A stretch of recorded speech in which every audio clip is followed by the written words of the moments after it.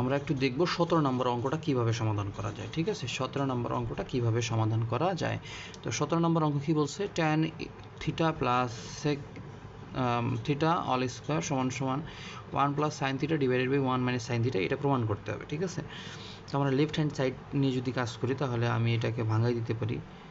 tan theta মানে হচ্ছে sine theta divided by cos theta, আর sec থিটা মানে হচ্ছে 1 বাই cos থিটা, এর উপর স্কোয়ার করি। স্কোয়ার করলে এখন আমাদের এখানে লসাগু হয়ে যায়। লসাগু হলে কত হয়, cos থিটা নিচে লসাগু থাকে, উপরেরগুলো যোগ হয়ে যাবে। ঠিক আছে, যেহেতু আমাদের এই লসাগু এবং হর দুইটাও সেম, তার মানে উপরেগুলো হুবহু যোগ আকারে বসে যাবে, এতের উপর স্কোয়ার।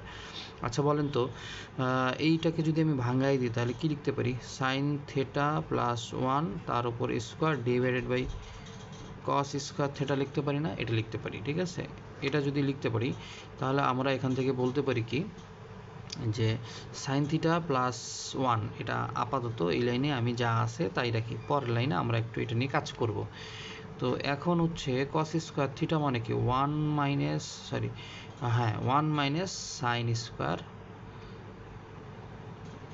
থিটা। ঠিক আছে, 1 মাইনাস সাইন স্কোয়ার থিটা। এখন আমরা যদি নিচের অংশটুকুকে ভাগ করে দিই তাহলে কি হবে বলেন তো, উপরেরটাকে আমরা লিখলাম 1 plus sine theta, 1 plus sine theta into 1 plus sine theta. একটা জিনিস আমরা বারবার লিখতে পারি, একটা জিনিস যেহেতু স্কোয়ার আছে তাহলে এই সেম টার্মটাকে আমরা বারবার লিখতে পারতেছি।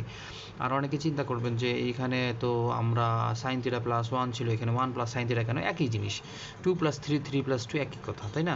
তো 1 মাইনাস সাইন স্কোয়ার থিটা, এটা দেখেন এ মাইনাস বি, এ স্কোয়ার মাইনাস বি স্কোয়ার, এ স্কোয়ার মাইনাস বি স্কোয়ারের সূত্র পড়ে গেছে, তাহলে হচ্ছে 1 মাইনাস মানে এ মাইনাস বি ইন্টু এ প্লাস বি, এই সূত্র পড়ে গেছে। ঠিক আছে, এ প্লাস বি ইন্টু এ মাইনাস বি। এখন এই টার্ম ভ্যানিশ হয়ে যায়, বাকি থাকতেছে কি প্রথম দুইটা কি ছিল, 1 plus sine theta divided by 1 minus sine theta. তাহলে আমাদের প্রমাণ হয়ে গেল, এই জিনিসটিতে আমাদেরকে প্রমাণ করে দেখাইতে বলছে যে আসলে এটা ঠিক আছে কিনা। ওকে।